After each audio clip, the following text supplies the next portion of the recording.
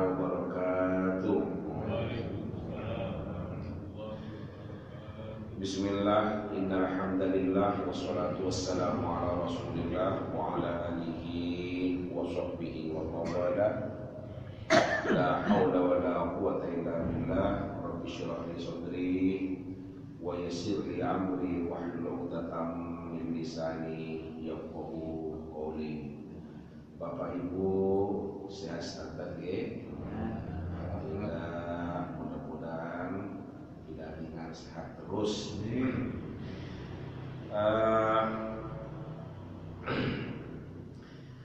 Syukur alhamdulillah saat ini kita mendapatkan nikmat dari Allah berupa pertemuan di majelis atau di tempat yang penuh mubarakah ini dalam rangka menimba ilmu, ngaji rutin setiap 2 minggu sekali pada hari Selasa. Mudah-mudahan pertemuan kita ini dicatat oleh Allah sebagai amal soleh. Mudah-mudahan kita yang berkumpul di saat ini besok di alam akhirat dikumpulkan kembali oleh Allah sama-sama berada dalam surga. Amin Allahumma amin. Umur yang tahu hanya Allah. Salah satu pengasuh di majelis taklim Masjid Jami Al-Istidad ini sudah dipanggil oleh Allah Pak Yai Hamzawi. Emang yang punya umur adalah Allah. Oh, beliau berangkat masih nyetir sendiri, nyampe di majelis ulama Indonesia di Bungi Kota Malang masih mimpin rapat. Awal gak konten ecok dah enak, akhirnya minta diantarkan mampir ke klinik UI, meninggal. Memang yang punya umur adalah Allah. Ada yang sakit sampai lama masih hidup, bertahun-tahun hidup. Ada yang tidak sakit sudah waktunya diambil oleh Allah, ya sudah. Yang kita doakan saja karena beliau juga mengisi kajian-kajian di sini, mudah-mudahan diampuni dosa-dosanya oleh Allah. Mudah-mudahan diterima amal solehnya, ditempatkan di sisi Allah dalam derajat yang mulia. Al-Fatihah. A'udzubillahi minasyaitonir rajim. Bismillahirrahmanirrahim. Alhamdulillahirabbil alamin. Arrahmanirrahim. Maliki yaumiddin. Iyyaka na'budu wa iyyaka nasta'in. Ihdinas siratal mustaqim. Siratal ladzina an'amta 'alaihim ghairil maghdubi 'alaihim waladdallin. Monggo kita lanjutkan. Bismillahirrahmanirrahim. Wa an Abi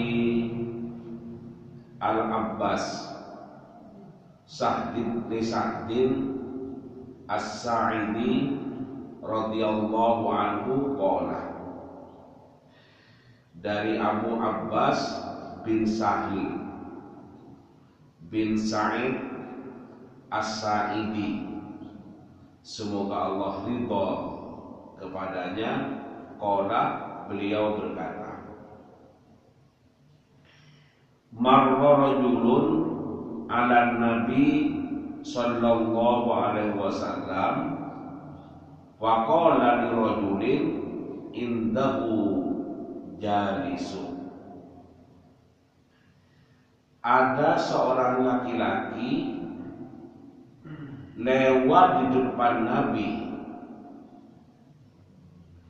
Faqala li rajulin indahu jalisun. Kemudian Nabi bertanya kepada orang atau sahabat, ya, bertanya kepada sahabat yang duduk di sampingnya itu. Indahu li rajulin indahu jalisun. Bertanya kepada sahabat yang duduk di sampingnya. Apa kata Nabi? Pertanyaannya itu, ma ra'yuka fi hadza? Bagaimana pendapatmu tentang orang laki-laki yang baru lewat itu. Faqala, maka sahabat yang duduk di samping Nabi itu menjawab. Atau faqala, maka sahabat menjawab. Sahabat yang dimaksud adalah sahabat yang duduk di samping Nabi itu. Rajulun min asyrafin nasi hadza wallahi haliyun in khataba ayyukaha wa in syafa'a ayyushaffa'a.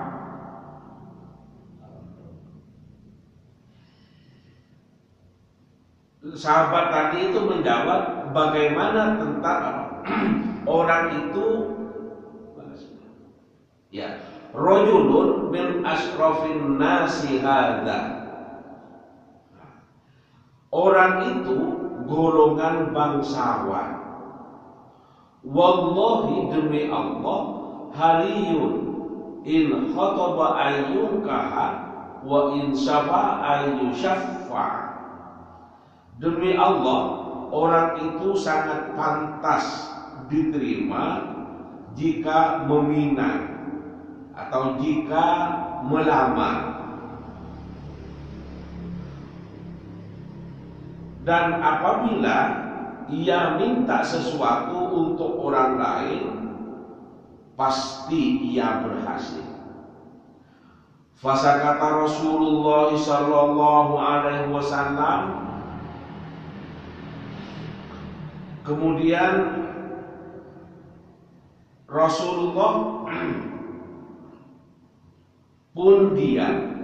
Sakata yaskutu, itu diam. Fasakata Rasulullah sallallahu alaihi wasallam. Rasulullah pun diam. Tsumma marra rajulun akhar. Kemudian Kemudian ada lagi orang yang lewat.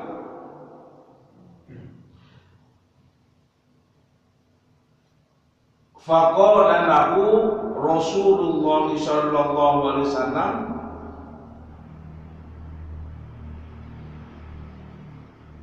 lantas Rasulullah bertanya atau berkata kepada sahabat yang ada di sampingnya itu lagi, ma ra'yuka fi hadza, bagaimana pendapatmu tentang orang yang lewat itu?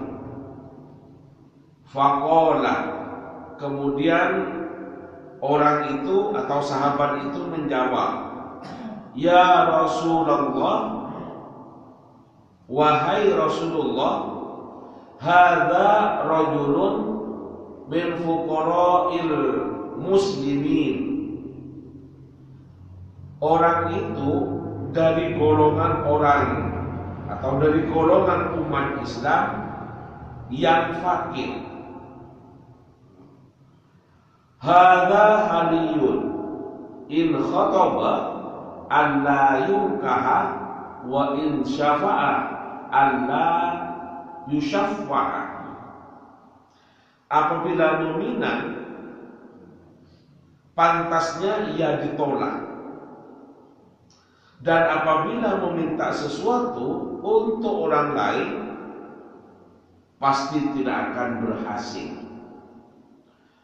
Qala alla yusma'a liqaulihi, apabila berbicara ia tidak akan didengar.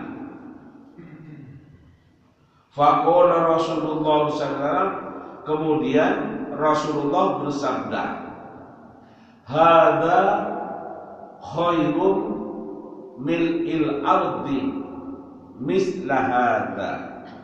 Orang ini lebih baik dari seluruh bumi.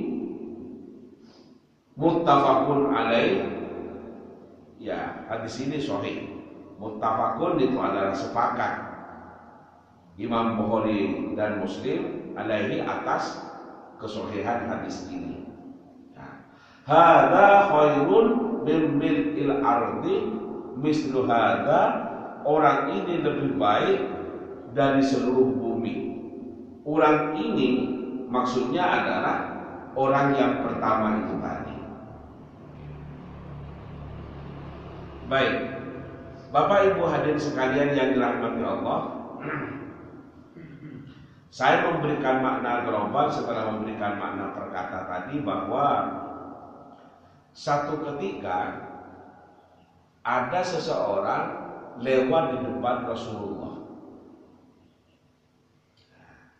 Kemudian Rasulullah bertanya kepada sahabat yang duduk di sampingnya itu. Pertanyaan Rasulullah, bagaimana pendapatmu? Atau bagaimana menurut kamu tentang orang yang lewat itu? Orang itu menjawab, wah, orang itu adalah keturunan bangsawan ya Rasul. Dia kalau meminang seseorang, melamar seseorang, pasti diterima. Dan dia kalau ngomong tentang sesuatu, pasti didengar oleh orang. Dan dia kalau minta sesuatu untuk orang lain, pasti dikabulkan permintaannya. Kemudian tidak lama ada orang lagi yang lewat, orang lain. Kemudian setelah berlalu orang itu, ditanyain lagi oleh Rasulullah sama sahabat yang ada di sampingnya itu. Ma ra'yuka fi hadza, bagaimana pendapatmu menurut kamu tentang orang ini? Nah, kemudian sahabat itu menjawab, ini orang Islam yang fakir, yang lemah, yang kalau melamar seseorang pasti ditolak. Dan orang ini kalau minta sesuatu kepada orang sulit untuk dikabulkan. Dan dia jika meminta orang lain untuk memberi sesuatu, ya sulit untuk diterima. Kemudian Rasulullah menjawab, hadza khairun min mil'il ardi mislu hadza. Orang ini adalah orang yang di mata Allah itu adalah lebih baik dari semua bumi ini. Semua bumi maksudnya ya dari bumi dan isinya ini. Para hadirin, para jamaah yang dirahmati Allah, hadis ini masih dalam bab tentang keutamaan orang miskin, tentang kelebihan orang miskin, bahwa Allah menciptakan manusia ini memiliki derajat yang berbeda-beda. Ada yang diangkat derajatnya oleh Allah, dimuliakan oleh Allah, ada yang tidak. Ada yang tidak. Karena itu, doa yang diajarkan oleh para ulama, Allahumma inna nas'aluka darajatil ula. Allahumma tu Gusti, inna nas'aluka, kami nyuwun panjenengan ad-darajatil ula, untuk mendapatkan derajat yang tinggi, untuk menjadi orang yang memiliki derajat yang tinggi. Itu.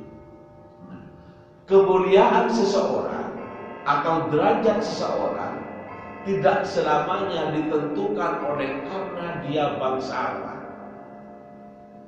Tidak selamanya ditentukan karena dia orang yang kaya.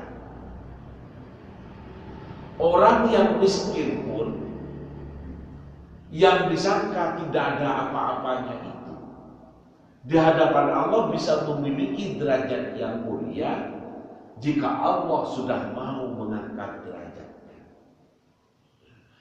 Allah itu akan mengangkat derajat seseorang setidaknya dengan dua potensi yang dimiliki. Yang pertama adalah keimanan, dan yang kedua adalah ilmu pengetahuan. Lihat dalam Al-Quran surat Al-Mujadalah ayat 11 itu. Yarfa'illahu alladhina amanu minkum walladzina utul ilma darajat. Yarfa'illahu alladhina amanu minkum, Allah akan mengangkat derajatnya orang-orang di antara kamu sekalian, yakni orang-orang yang amanu. Yarfa'illahu alladhina amanu minkum, orang-orang yang beriman akan diangkat derajatnya oleh Allah. Walladzina utul ilma, yarfa'illahu alladhina amanu minkum walladzina utul ilma darajat. Dan orang-orang yang berilmu pengetahuan akan diangkat nomor derajatnya. Jadi orang yang beriman didukung oleh memiliki ilmu pengetahuan, ini janji Allah akan diangkat derajatnya. Orang yang beriman tapi tidak punya ilmu pengetahuan, ini belum lengkap persyaratannya untuk menjadi orang terangkat derajatnya. Sholat dong, tapi tidak pernah sekolah, tidak pernah ngaji, maka sulit untuk mencapai derajat yang mulia. Karena hanya iman dong, tapi tidak berilmu pengetahuan. Atau berilmu pengetahuan tapi jauh dari keimanan kepada Allah, maka sangat mungkin ilmu pengetahuannya itu adalah berkembang secara liar yang bukan mengantarkan orang mendapatkan manfaat, tapi hanya akan menerima mudarat dari orang itu. Orang ahli ilmu perbankan, jika dibekali keimanan, maka dia akan mengelola ilmu perbankannya dengan keimanannya itu sehingga memberikan manfaat kepada orang lain. Sebaliknya, orang yang punya ilmu tentang perbankan misalnya, tapi tidak dibekali dengan modal keimanan kepada Allah, maka sangat mungkin ilmu perbankannya digunakan untuk membobol bank. Gitu. Karena itu kita sering melihat bahwa banyak orang yang melanggar hukum itu yang latar belakang pendidikannya justru sarjana hukum. Kenapa? Dia memiliki ilmu pengetahuan tentang hukum, tapi tidak dibekali dengan keimanan kepada Allah, maka dia ngorek-ngorek tentang hukum hanya untuk digali kelemahannya, untuk membela kesalahannya. Padahal salah.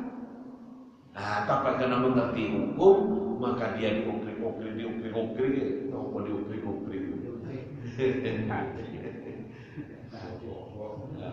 diopo-opo hanya untuk membela yang salah. Karena itu maka keimanan itu tidak cukup untuk mencapai derajat yang mulia, tapi juga harus didukung dengan ilmu pengetahuan. Ilmu pengetahuan juga tidak cukup, bukan memberikan mudarat, tapi bisa bukan memberikan manfaat, tapi bisa memberikan mudarat atau bisa memberikan ancaman kepada orang lain jika ilmu pengetahuan itu tidak dibekali oleh keimanan kepada Allah. Itu. Jadi Allah mengangkat derajat manusia, ada yang mencapai derajat yang tinggi, ada yang dihinakan, derajatnya direndahkan oleh Allah. Semua itu adalah bergantung kepada bagaimana perbuatannya itu, apakah dia menjalankan kehidupan beriman didukung ilmu pengetahuan atau sebaliknya. Makanya Allah mengatakan, "Qul hal yastawil ladzina ya'lamuna wal ladzina la ya'lamun." Apakah sama, katanya Allah, orang yang punya ilmu pengetahuan dengan yang tidak punya ilmu pengetahuan? Tidak sama. Nah, maka disinilah disebut ada orang terdidik, ada orang awam. Tetapi orang terdidik itu kalau tidak dibekali dengan keimanan, maka pendidikannya bisa membawa kepada kesesatan, bisa sesat pada dirinya, bahkan juga bisa menyesatkan orang lain. Nah, karena itu maka keimanan, ketundukan kepada Allah, keyakinan kepada Allah, ini yang bisa mengangkat derajat manusia dan bisa menyelamatkan manusia. Orang yang kerja di kantor, ruang kerjanya sangat luas. Tidak ada orang lain kecuali dirinya. Dirinya itu adalah punya porsi maker, punya membuat kebijakan, dan punya otoritas untuk mengguna anggaran. Kalau dia tidak merasa sedang diawasi oleh Allah, maka sangat mungkin dia berbuat korupsi. Enggak ada orang bebas menentukan anggaran, punya otoritas untuk melakukan kebijakan, sangat mungkin untuk berbuat korupsi dengan memarkup anggaran dan lain sebagainya. Tetapi kalau orang itu memiliki keimanan bahwa walaupun tidak ada orang lain, dia merasa diawasi oleh Allah, merasa dimonitor oleh Allah, maka dia akan takut untuk melakukan korupsi, takut untuk berbuat maksiat, karena merasa diawasi oleh Allah.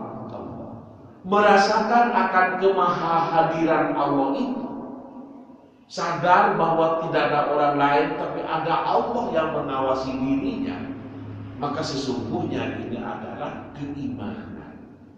Ini adalah keimanan. Nah, orang yang memiliki keimanan seperti inilah akan diangkat derajatnya oleh Allah. Tidak ada orang lain kecuali dirinya. Padahal dirinya sedang berpuasa, merasa tidak ada orang lain, kemudian ambil segelas air minum, padahal dirinya sedang berpuasa. Orang Jawa menyebut mukir, karena tidak ada orang lain minum. Tetapi jika orang memiliki keimanan, sadar bahwa dirinya sedang berpuasa, walaupun tidak ada orang lain, ada Allah yang ngawasi saya, tahu kalau saya berbuat salah, tahu Allah itu kalau saya berbuat dosa yang dimakan pada sedang berpuasa Ramadan misalnya, maka saya yakin tidak akan melakukannya. Inilah yang saya katakan tadi, kesadaran bahwa Allah senantiasa melihat kita, atau saya sebut dengan kesadaran akan kemahahadiran Allah. Allah hadir dimanapun kita berada, itu adalah keimanan. Itu keimanan. Kemudian yang kedua tadi kan ilmu. Ilmu juga seperti itu. Ilmu itu akan mengangkat derajat manusia. Dengan ilmunya dia menjadi terpilih jadi DPR. Dengan ilmunya, dengan pengetahuannya dia menjadi seorang alim. Dengan ilmunya sampai terpilih dia jadi gubernur, jadi presiden, dan seterusnya. Diangkat derajatnya oleh Allah. Tapi jika ilmu tidak dibarengi dengan keimanan serta ketundukan kepada Allah Subhanahu wa taala, justru ilmunya bisa berkembang secara liar, intelektualnya berkembang secara liar, maka ilmunya bukan memberikan manfaat kepada orang lain, tapi malah memberikan mudarat.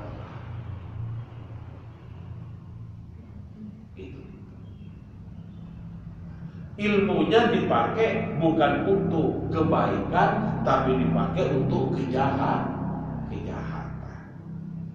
Naudzubillah. Nah, Bapak Ibu hadirin sekalian yang dirahmati Allah, saya sebutkan tadi bahwa di dalam hidup ini ada orang yang diangkat derajatnya oleh Allah, ada yang direndahkan derajatnya oleh Allah. Laqad khalaqnal insana fi ahsani taqwim. Laqad khalaqnal insana fi ahsani taqwim. Sungguh kata Allah, sungguh telah saya menciptakan manusia dalam bentuk yang sangat indah. Tsumma radadnahu asfala safilin, kemudian saya rendahkan, saya hinakan, berada di neraka asfal safilin, neraka yang paling bawah, safilin. Nah, itu semua adalah karena perbuatannya. Oleh sebab itu maka hadis ini mengajak kepada kita untuk mari kita meningkatkan keimanan, meningkatkan pengetahuan kita untuk menuju menjadi hamba Allah yang memiliki derajat yang mulia, derajat mulia di hadapan manusia dan derajat mulia di hadapan Allah Subhanahu wa Ta'ala. Kalau manusia itu adalah hanya mulia di hadapan manusia, belum tentu mulia di hadapan Allah. Ada yang jadi pejabat, misalnya Pak Bupati. Betapa mulianya Pak Bupati, tanda tangannya itu berpengaruh. Karena itu kalau Pak Bupati datang sangat dimuliakan. Kendaraannya pakai kendaraan yang bagus. Bupati kemudian di jalan itu dikawal supaya perjalanannya lancar. Ada patwal weng lewat di depannya. Pak Bupati itu di bawahnya, di belakangnya. Nyampe di lokasi ditempatkan tempat duduk yang paling bagus, di posisi paling depan. Itu dimuliakan. Tetapi jika kemuliaan di hadapan manusia ini tidak dibekali dengan kemuliaan akhlak, keimanan, dan ilmu pengetahuan yang dimanfaatkan kepada hal-hal yang positif, maka bisa saja dia mulia di hadapan manusia, tapi hina di hadapan Allah. Dia jadi bupati, bekerja kebaikan waktunya, bekerja kekuasaannya digunakan untuk membela yang lemah, membela yang benar, mulia di hadapan Allah. Tapi sebaliknya dia jadi bupati, membuat kebijakan yang hanya menguntungkan dirinya atau sekelompok orang, tapi menyengsarakan orang lain, membuat kebijakan yang tidak bijak, berbuat yang tidak adil, maka dia bisa jadi mulia di hadapan manusia, tapi sangat hina di hadapan Allah. Nah, kembali kepada hadis yang tadi, maka bisa jadi orang itu kelihatan mulia di hadapan manusia, tapi sesungguhnya rendah di hadapan Allah. Bisa jadi orang yang miskin, minal fuqara wal masakin, bukan dari kalangan bangsawan, tapi orang ini lebih baik dari dunia dan isinya, kata Rasulullah, adalah karena keluhuran akhlaknya. Akan lebih baik lagi kalau orang itu adalah bangsawan, dimuliakan di manusia, dan juga membela kepentingan manusia, berpihak kepada yang benar. Kemudian dia juga ditambah dengan sujud dan ibadah kepada Allah, maka dia di samping mulia di hadapan manusia, juga mulia di hadapan Allah. Nah, 3 contoh ini, kita harus memilih yang ketiga ini. Yang pertama, dia mulia di hadapan manusia, tapi hina di hadapan Allah. Yang kedua, manusia yang hina di hadapan manusia, tapi mulia di hadapan Allah. Nah, yang ketiga adalah dia mulia di hadapan manusia, juga mulia di hadapan Allah. Ini yang ketiga, ini yang keempat. Jangan sampai menjadi yang keempat, hina di hadapan manusia, juga hina di hadapan Allah. Sudah miskin, mampu terus,